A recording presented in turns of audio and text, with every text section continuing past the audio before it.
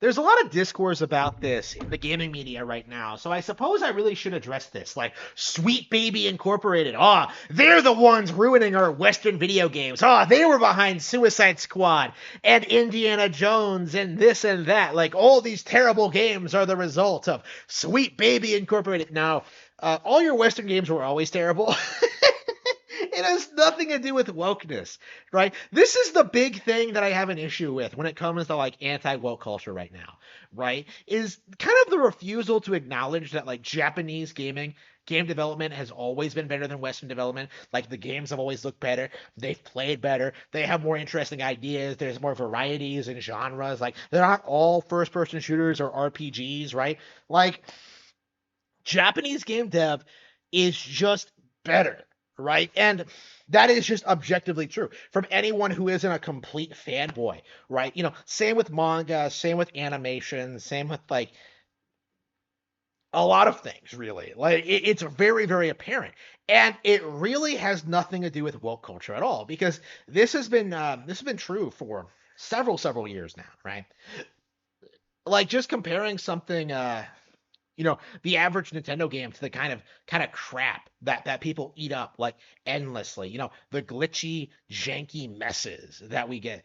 Um, what the result of this is, the real issue is, I think that Western game developers do not care about cultivating talent, right? They do not care about making good games. What they care about is is just getting as many people on board as possible, hyping up their product as the next big thing, and becoming the next Fortnite, right? That's the goal, right? You can complain about Squad all you want. You can complain about the wokeness of it all, but the real thing that really killed Suicide Squad in the eyes of the community was the gas, right? It was like the loot boxes. It was like the general setup. The kind of system that you defended when Overwatch made it popular in 2016, right? When Overwatch did it, it was like the coolest thing ever, right? In your eyes. But of course, like slowly Overwatch started like becoming unpopular. And so like you had to find a scapegoat. Like, it didn't used to be like this. It totally was. It didn't used to be like this. Like Overwatch has gone woke.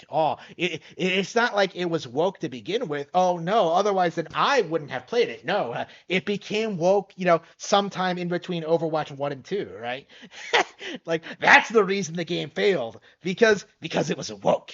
It has nothing to do with the fact that the game could not maintain its audience's attention because it wasn't that good, right?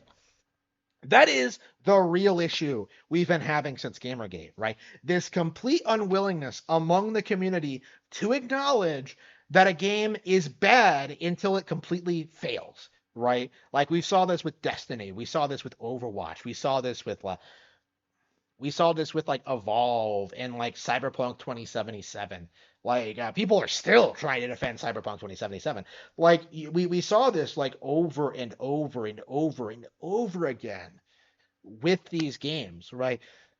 We saw so many people, so many people try to convince you that like these Western developed games were like these really exciting, interesting things that to look forward to, when in reality, like an average Nintendo release is like 10 times better than it. Like, right? Like I'm not super enthusiastic about Princess Peach Showtime, but like I don't think there's any denying that like have you ever seen a female video game protagonist do as much as Princess Peach does in that game? Have you seen a girl like be a cowgirl, be a ninja, be a sword fighter, like bake a cake, like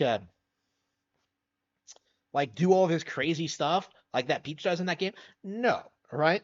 The reality is nobody in the Western world would ever think to make a game like that. Like making a game about figure skating Princess Peach and making it cool and interesting and exciting, right? Unicorn Overlord is coming out next week, right? As I record this, by the time this video is posted, it will probably be out already. But like, um, Unicorn Overlord is on the way, right? What game dev is going to put together a game like that? An RTS game, like a strategy game in which you have like a bunch of sprites like going at each other, right? Oh, that's stale. That's boring. It's unintuitive. Yeah, I have more fun with it than I do with StarCraft. I have more fun with it than I do with like Total Warhammer, right? The game is better put together. It has better characters, better artwork, better mechanics, more interesting, like a more interesting gameplay loop, right? Like Unicorn Overlord is simply better than the crap that I'm expected to like gobble up on other consoles. Stuff like Final Fantasy VII Rebirth, stuff like Tekken 8, stuff like stuff like all this other like poor crap, right? Like there are just so many games out there that Unicorn Overlord just stops, right? Like it's really not even close. And a big reason for that is because this is a game made for Japanese people by Japanese people. And as a result of that, they actually respect the intelligence of the audience. They actually put out something that isn't going to appeal to everyone, and they make sure that product is top of the line quality. They make sure that it's great. They make sure that like it runs well, it has all this like replay value. They make sure it's fun to play, right? Like no Western developer has ever done that, right? Ever. It's entirely fueled by profit margins. It's entirely fueled by this idea that like we're just in it to make money, right? Like there is no real consideration as to like what people actually want to play, right? And I think the big issue with the video game space as a whole right now is that there's this very strong unwillingness to admit that Japanese game development is superior, and in particular, Nintendo is the best out of all of them, right? Like it's kind of crazy considering how much you see people complain about Nintendo, but you can look this up, and people have brought this up too. It's not like I'm not. This isn't some like major revelation.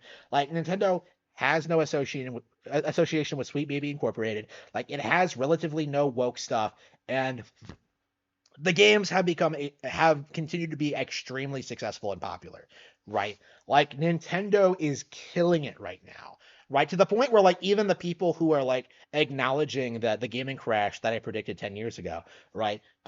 That's happening right now. Like even the people who are doing that are kind of like, yeah, Nintendo is going to survive, right? They are going to survive the gaming crash. I say differently. I think Nintendo is going to like establish their monopoly in this hardcore gaming space over during this gaming crash, right? There will be no third parties supporting the gaming PC. There will be like no new content being produced outside of Nintendo consoles. Like this is it. This is going to be Nintendo establishing themselves as like the king of hardcore gaming, right? And it's not something that people are going to be denying anymore. Like it's not something you can just sit there and be in denial about, right? Like I've addressed this before, but it really does feel as if like the hardcore left and the hardcore right like kind of converge on this issue, like pretending that Nintendo is evil, right?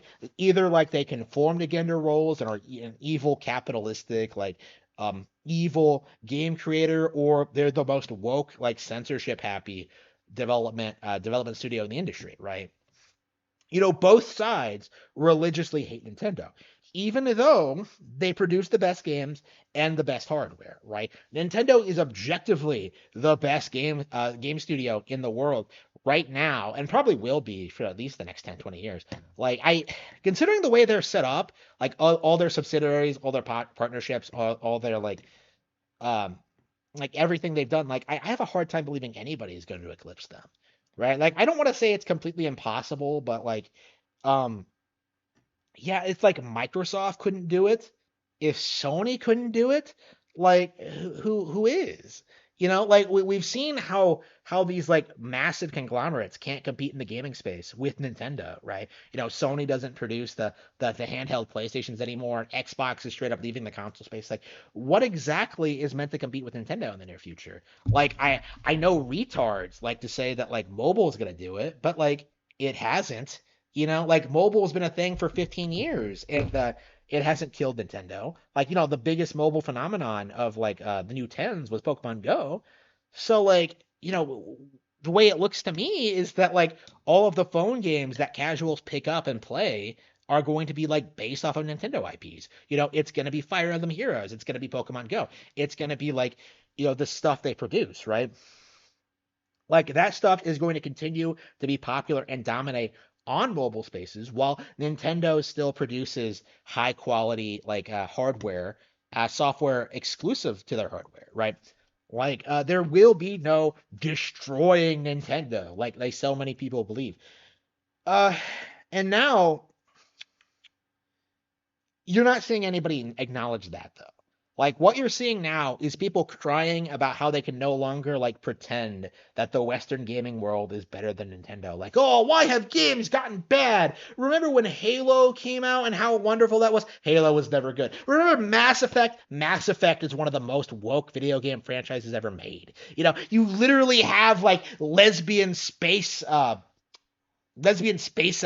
that are deliberately set up to be like the most powerful, influential like species in the galaxy, right? Like Mass Effect is one of the most woke video game franchises ever made. Yet you won't see people acknowledge it because it goes against the narrative, right? It goes against the commonly held belief that that woke culture is relatively recent, that it's only affecting modern games, that it's going to be driven out eventually by sheer unpopularity. No, like the reality is, plenty of woke stuff the public enjoys is popular, right? We've seen this happen time and time again.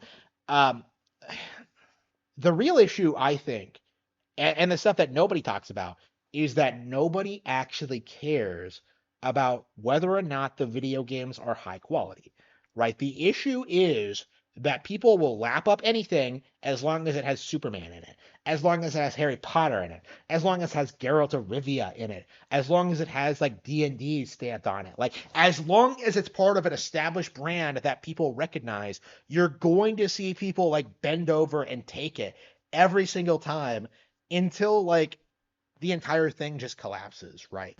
And there have been a lot of examples over that over the years. I think the most recent one, Saints Row, right? Well, actually, Suicide Squad's more recent, but like, Suicide Squad. This is supposed to be like an Arkham game. This is supposed to take place in that same continuity. People were like lambasting that, like, oh, how dare they do this in the Arkham verse? Hey, genius.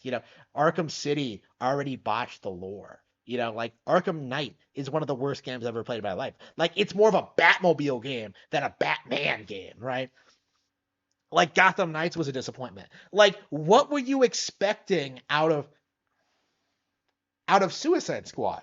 Really? Like, oh, I wanted to play as Superman in a AAA Arkham like style like adventure. Never gonna happen, right? Like, there's a reason we don't get Superman games.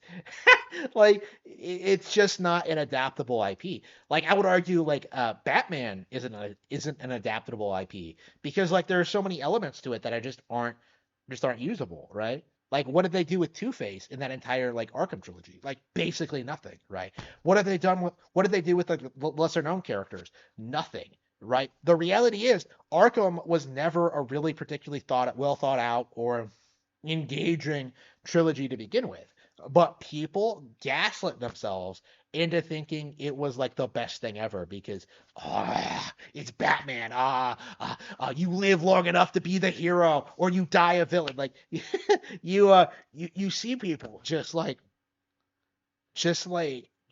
eating this stuff up purely because they don't know any better, purely because they have no idea what makes a good video game, right? And that to me is like has always been the worst problem about modern video games, right? It has nothing to do with woke culture. It has nothing to do with Sweet Baby Incorporated. It has nothing to do with like anything Anita Sarkeesian is doing.